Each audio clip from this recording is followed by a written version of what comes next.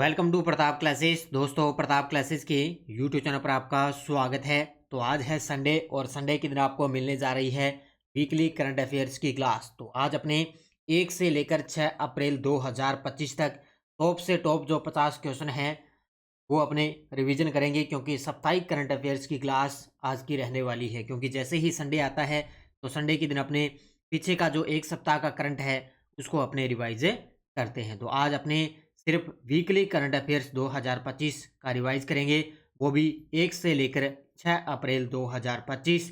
और ये class UPSC, RPSC, first grade, SI, Patwa, railway 2025 प्रत्येक एग्जाम के लिए ये क्लास आपके लिए रामबाण है साबित होगी। तो वीकली रिवीजन करंट अफेयर्स का करने जा रहे हैं।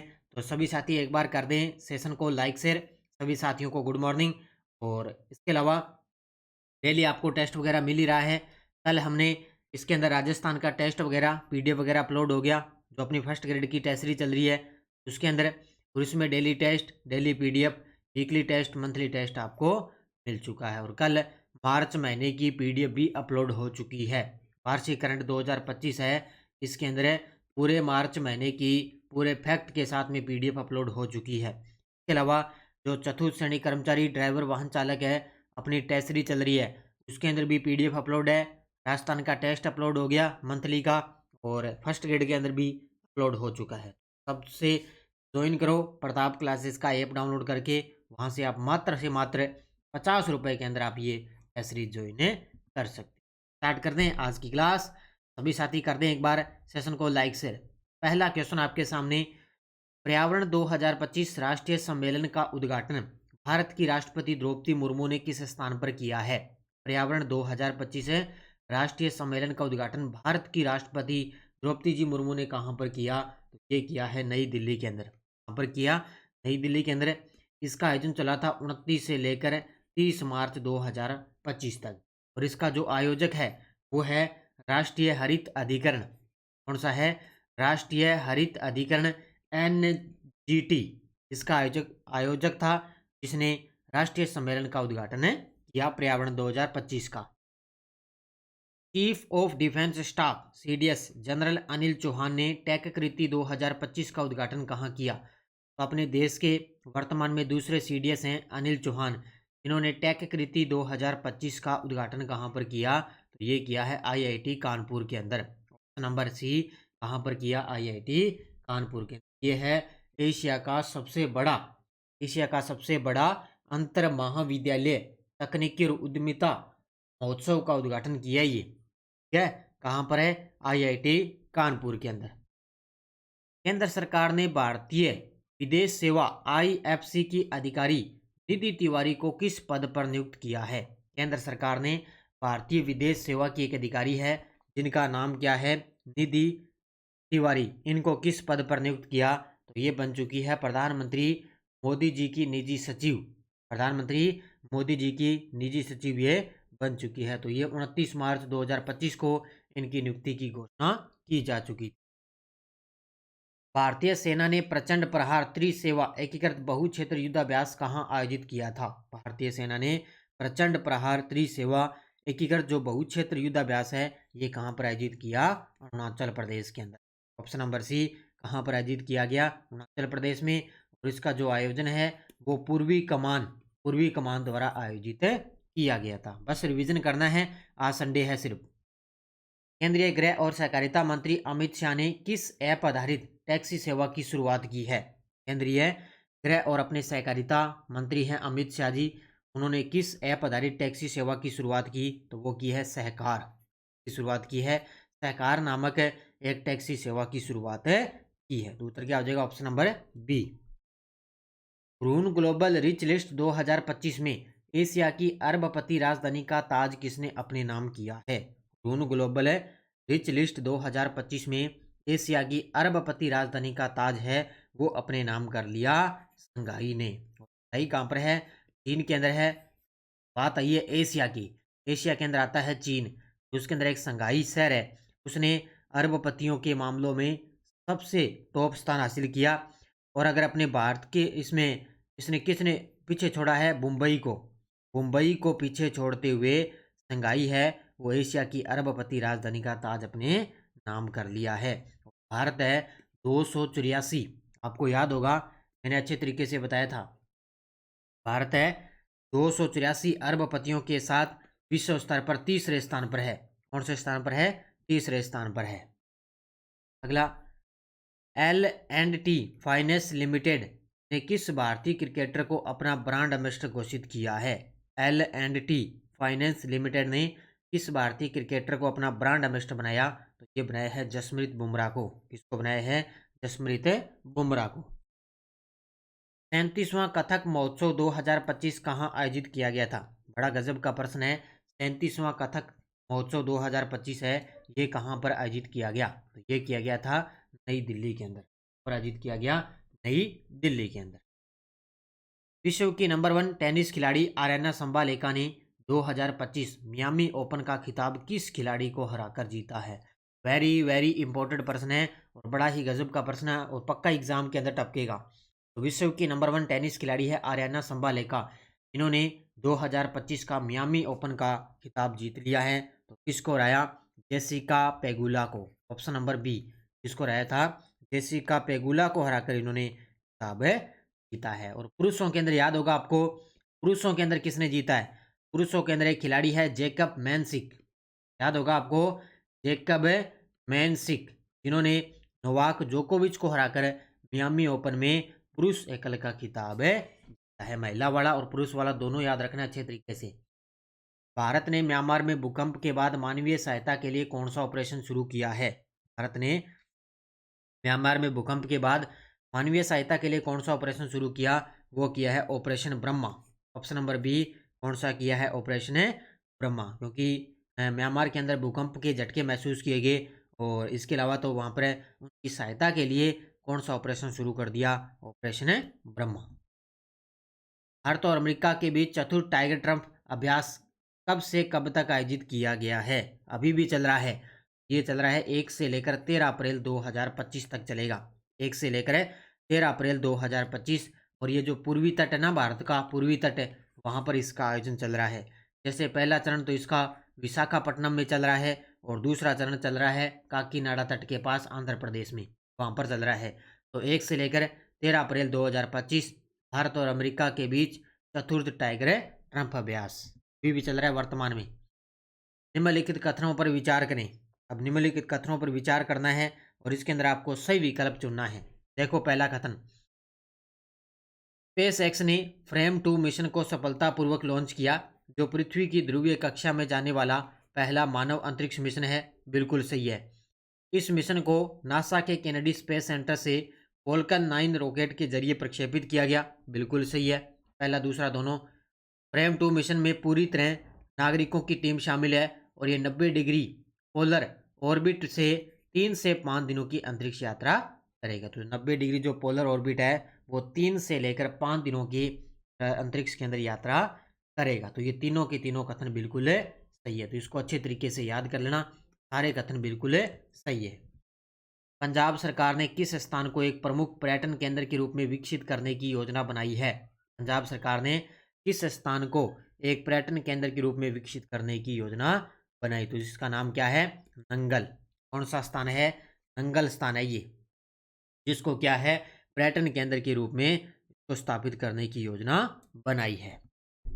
अगला देखो, आंध्र प्रदेश सरकार ने प्रसिद्ध इतिहासकार और पुरातत्वविद मायना स्वामी को किस पुरस्कार से सम्मानित करने की घोषणा की है? यह सम्मानित किया जाएगा उगादी पुरस्कार से। नंबर बी, उगादी पुरस्कार से सम्मानित किया जाएगा मायना स्वामी को। क्या है? एक प्रसिद्ध इतिहासकार, पुरातत्वविद है, जिनको उगादी पुरस्कार मिलेगा। अगला क्वेश्चन देखो आपके सामने, केंद्रीय गृह मंत्री अमित शाह ने किस राज्य में 800 करोड़ रुपए से अधिक की विकास परियोजनाओं और कल्याणकारी योजनाओं का शुभारंभ किया? तो ये किस में, कहां पर किया है? बिहार के अंदर। कहां पर है? बिहार में। भारतीय सेना कमांडरों का सम्मेलन 2025 कब और कहां आयोजित किया गया? इस प्रकार का प्रश्न भी एग्जाम के अंदर आ रहा भी। अभी इस प्रकार का प्रश्न यूआरओ के अंदर पूछा गया था। तो भारतीय सेना कमांडरों का सम्मेलन 2025 कब से कब तक आयोजित किया गया? ये 1 से लेकर 4 अप्रैल 2025 नई दिल्ली के अंदर। और 1 से लेकर 4 अप्रैल 2025 नई दिल्ली। केंद्रीय गृह मंत्री और सहकारिता मंत्री अमित शाह ने 31 मार्च 2025 को हरियाणा के हिसार में निम्नलिखित में से क्या उद्घाटन किया और किसकी आधारशिला रखी। ये चीज़ें पढ़ने वाली है क्योंकि हमें लगता है ना इस प्रकार का भी क्वेश्चन आता नहीं है एग्जाम के अंदर, क्या आएगा इस प्रकार का, लेकिन इसी प्रकार का एग्जामिनर क्वेश्चन पूछता है। 31 मार्च 2025 को हरियाणा के हिसार में एक तो महाराजा अग्रसेन की भव्य प्रतिमा का उद्घाटन, एक नया आईसीयू सुविधा का उद्घाटन और पीजी हॉस्टल की आधारशिला रखी थी। तो क्या हो जाएगा उपयुक्त सभी। भारतीय रिजर्व बैंक आरबीआई ने किसे नया डिप्टी गवर्नर नियुक्त किया जो माइकल पात्रा का स्थान लेगी।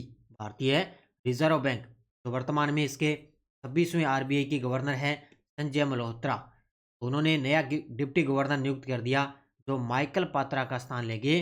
किसको नियुक्त कर दिया? पूनम गुप्ता को। ऑप्शन नंबर 1 है इसको पूनम गुप्ता।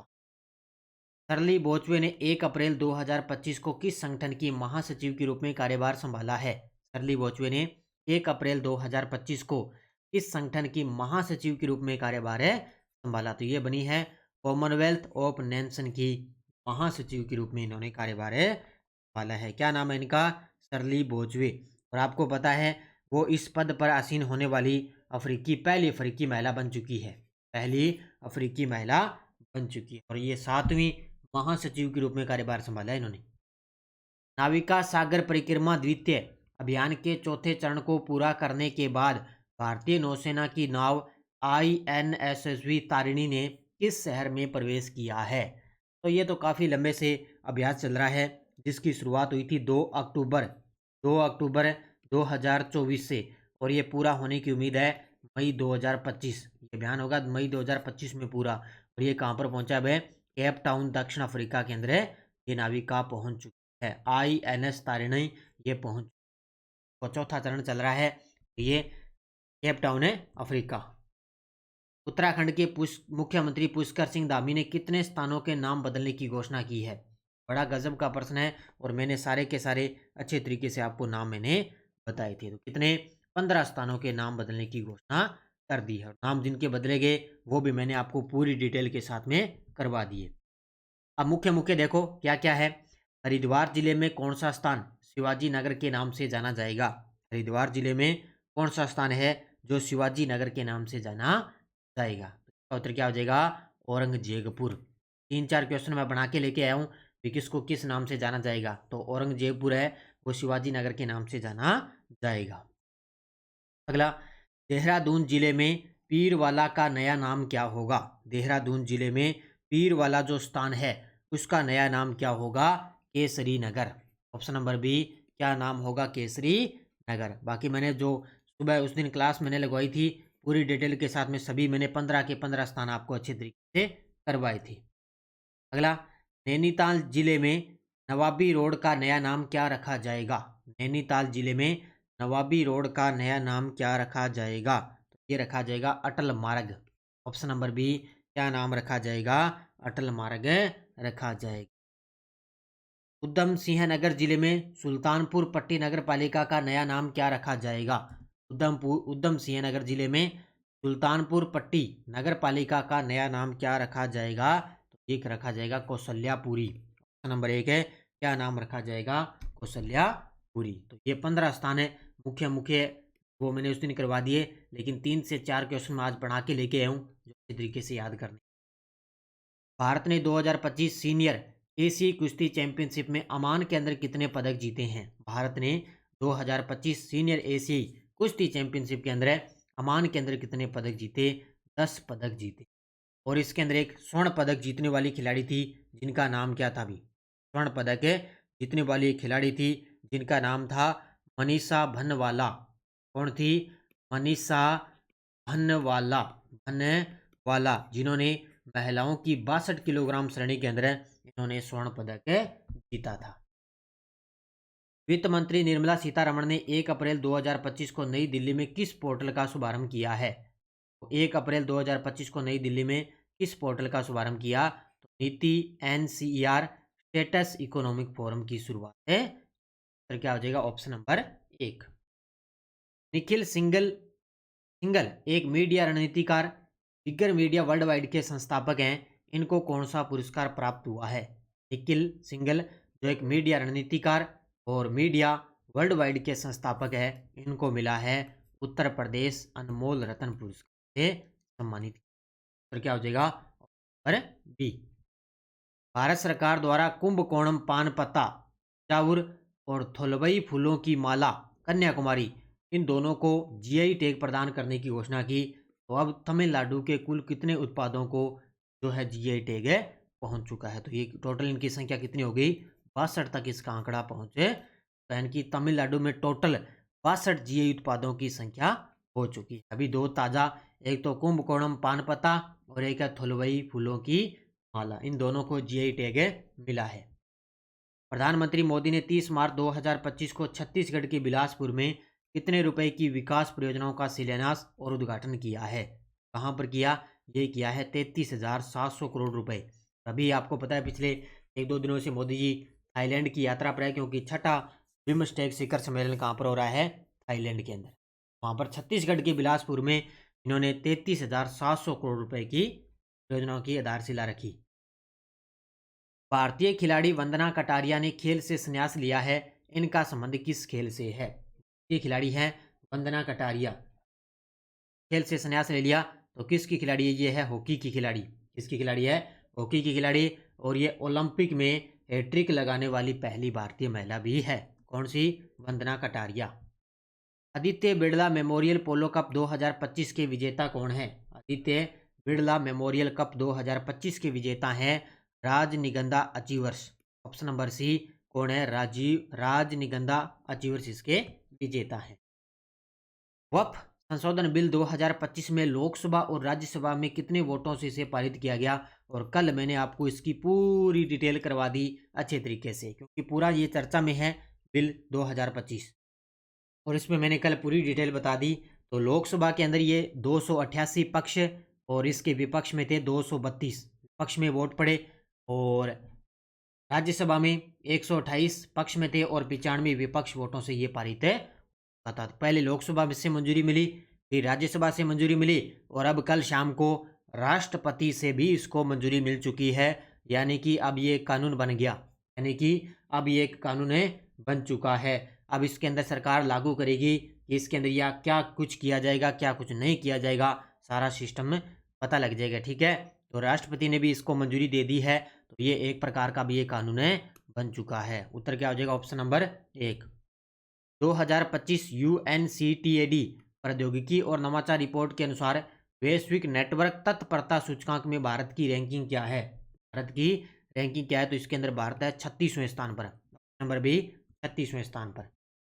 कौन सा कथन सही है? देखो, राष्ट्रीय ट्रांसपोर्टर ने 2249 रेलवे स्टेशनों में 209 मेगावाट सौर ऊर्जा क्षमता स्थापित की है।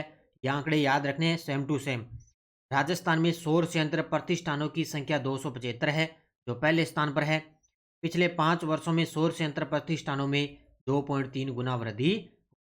फिर क्या हो जाएगा? उपयुक्त है सभी कथन से, यानी कि टोटल 2249 रेलवे स्टेशनों पर है 209 मेगावाट सौर ऊर्जा क्षमता स्थापित की जा चुकी है।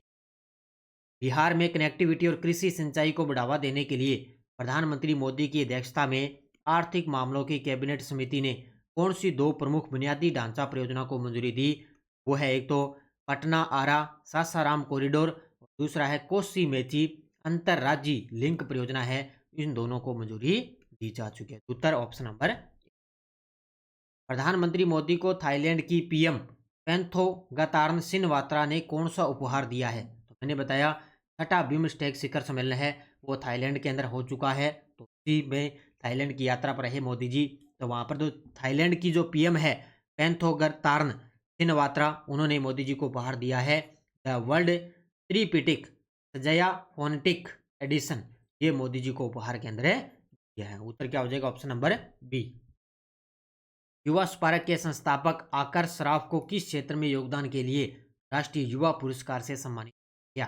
युवा स्मारक के संस्थापक हैं आकर्ष श्राफ, इनको किस क्षेत्र में योगदान के लिए राष्ट्रीय युवा पुरस्कार मिला? तो ये मिला है प्रारंभिक शिक्षा के लिए। ये प्रारंभिक शिक्षा के लिए। कौन सा कथन सही है? तारा देवी शिमला परियोजना के बारे में बताइए। आज की क्लास का ये अंतिम क्वेश्चन आपके सामने। तो ये 1734 करोड़ रुपए की लागत से बनेगा तारा देवी शिमला परियोजना, रोपवे परियोजना। और यह बोलिविया के रोपवे के बाद दुनिया का सबसे बड़ा रोपवे होगा और ये 13.79 किलोमीटर लंबा रहेगा। ये सारे कथन बिल्कुल सही है, तो इसको अच्छे तरीके से याद कर लेना। एशिया का सबसे बड़ा रोपवे है तारा देवी शिमला रोपवे, जो 13.79 किलोमीटर है। अच्छे तरीके से याद कर लेना। ये थी आज की क्लास। आज संडे था, सिर्फ अपने अच्छे तरीके से वीकली करंट का रिवाइज हमने कर लिया है। तो सभी साथी करेंगे वीडियो को जाते जाते लाइक शेयर, अच्छे तरीके से पढ़ो, मेहनत करते रहो। खूब सारी भर्तियां आ चुकी है और लगातार आपको क्लासें मेरी मिलती रहेगी। तो ये टेस्ट सीरीज आप जरूर ज्वाइन कर लेना। डेली टेस्ट मिलता है, डेली पीडीएफ। और आज जैसे वीकली करंट की आपको ये क्लास मिली है, इसका टेस्ट आपको कल मिल जाएगा, क्योंकि आज तो संडे है, कल आपको सोमवार के दिन इसका टेस्ट भी मिल जाएगा। तो अच्छे तरीके से पढ़ो, मेहनत करो और लगातार आपको क्लासें मिलती रहेगी। धन्यवाद। जय हिंद, जय भारत, जय राजस्थान।